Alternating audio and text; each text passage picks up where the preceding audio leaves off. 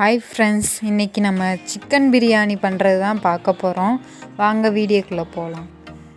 இப்போ நான் 1 kilo chicken biryani பண்ணுறேன். அதுக்கு தேவையான பொருள்: வெங்காயம் 5 எடுத்திருக்கேன், புதினா இலை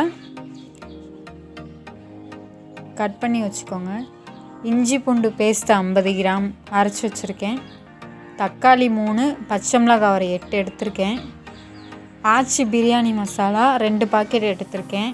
இது 15 ரூபா பாக்கெட். இதில் பட்டை, கிராம்பு, அன்னாச்சி பூ எல்லாமே இருக்குது. நாங்கள் விருந்துக்கு போயிருந்தோம். அங்கே 13 பேர் சாப்பிட்ற மாதிரி 1 கிலோ பண்ணுற அளவு நான் தான் பண்ணேன். எண்ணெய் 1/4 லிட்ரு ஊற்றிக்கோங்க, சமையல் எண்ணெய்.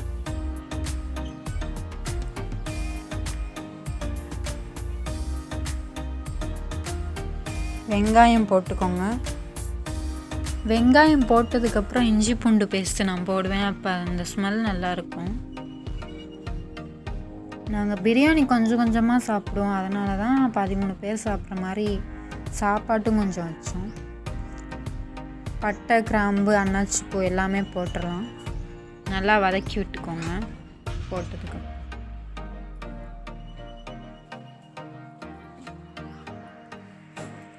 இது சண்டே பண்ண பிரியாணி பிளாக் தான் இன்றைக்கி போடுறோம்.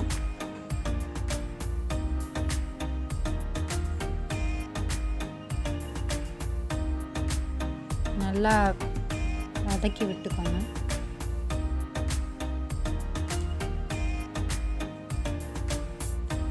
தேவையான அளவு உப்பு போட்டுக்கோங்க. உப்பு போட்டு நல்லா வதக்கி விட்டுக்கோங்க.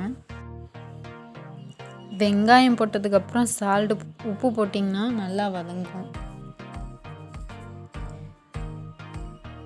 இனிமேல் நான் போடுற வீடியோக்கு நானே வாய்ஸ் ஓவர் கொடுத்துருவேன். தேவி பண்ணுறதுக்கு தேவி கொடுத்துருவா வாய்ஸ் ஓவர்.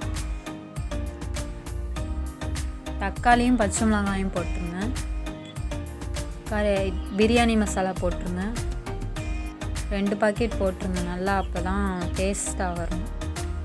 1 கிலோவுக்கு 2 பாக்கெட் போட்டால் கரெக்டாக இருக்கும். வேறு எந்த மசாலாவும் போட தேவையில்லை, இது போட்டால் போதும்.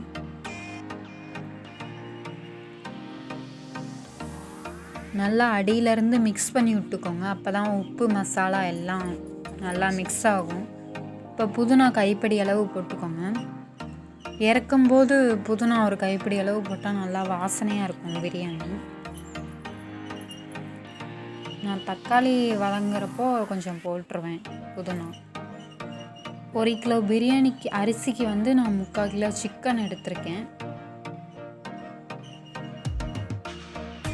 நல்லா அது பேஸ்ட் மாதிரி ஆனதும், தக்காளி, வெங்காயம், பச்சை மிளகாய் பேஸ்ட் மாதிரி ஆனதும் சிக்கன் போட்டுருவேன்.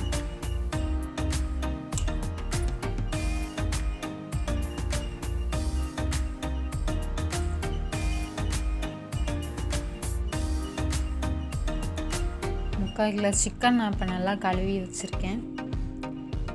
நான் இன்றைக்கி சீரக சம்பாவில் தான் பிரியாணி பண்ணுறோம். நல்லா டேஸ்ட்டாக இருந்துச்சு பிரியாணி. எல்லாருமே நல்லா இருக்குன்னு சொன்னாங்க சாப்பிட்டு.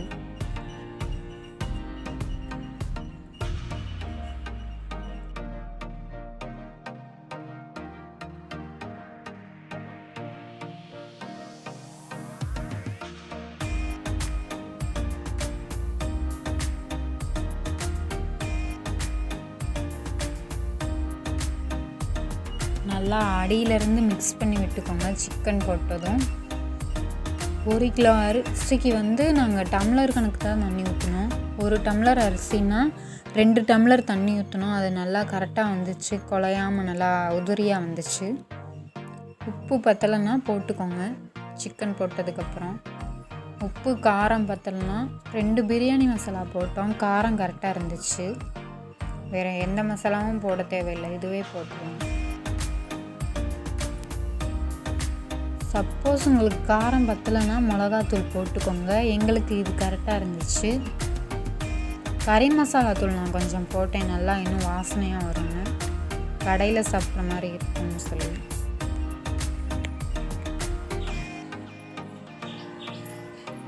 நாங்கள் தண்ணி ஆல்ரெடி அளவெடுத்து வச்சுருந்தோம். நீங்கள் வந்து ஒரு டம்ளர் அரிசினா 2 டம்ளர் தண்ணி அந்தளவு கணக்கு பண்ணி வச்சுக்கலாம்.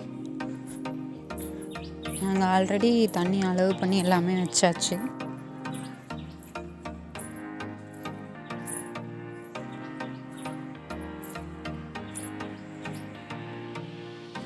தண்ணி ஊற்றிட்டு நல்லா ஒரு தடவை மிக்ஸ் பண்ணி விட்டுக்கோங்க. உப்பு காரம் கரெக்டாக இருக்கான்னு பார்த்துக்கோங்க. தண்ணி விட்டதும் உப்பு கொஞ்சம் கரெக்டாக இருந்தால் தான் அந்த டேஸ்ட்டு நல்லா வரும். ரொம்ப கம்மியாக போட்டால் அந்த டேஸ்ட்டே வராது. அரிசி கழுவி வச்சாச்சு. சீரக சம்பா தான் நாங்கள் எடுத்திருக்கோம்.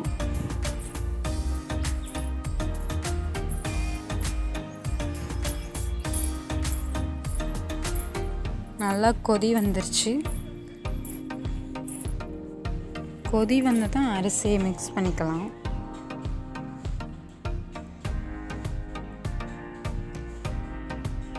அரிசிட்டு நல்லா மிக்ஸ் பண்ணி விட்டுக்கோங்க.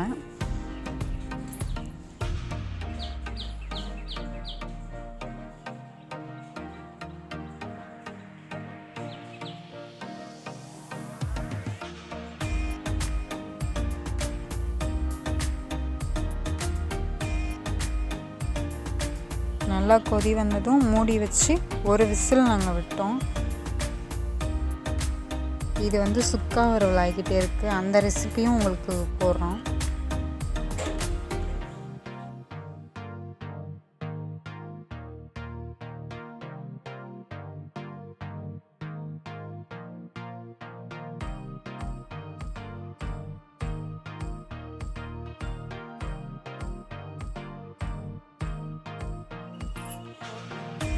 பிரியாணி ரெடி ஆயிடுச்சு. அன்னைக்கு பிரியாணி நல்லா இருந்துச்சு. சாப்பிட்டு பார்த்தோம். அன்றைக்கி வந்து மீன் பொரிச்சிருந்தோம். சுக்கா வறுவல் பிரியாணி தான். நல்லா இருந்துச்சு. பிரியாணி நல்லா உதிரியாக இருந்துச்சு. ஓகே ஃப்ரெண்ட்ஸ், இந்த வீடியோ உங்களுக்கு பிடிச்சிருந்தா மறக்காமல் எங்கள் சேனலை சப்ஸ்கிரைப் பண்ணுங்கள். பக்கத்தில் இருக்கிற பெல் ஐக்கானையும் கிளிக் பண்ணிக்கோங்க. நெக்ஸ்ட் வீடியோவில் மீட் பண்ணலாம். பாய்.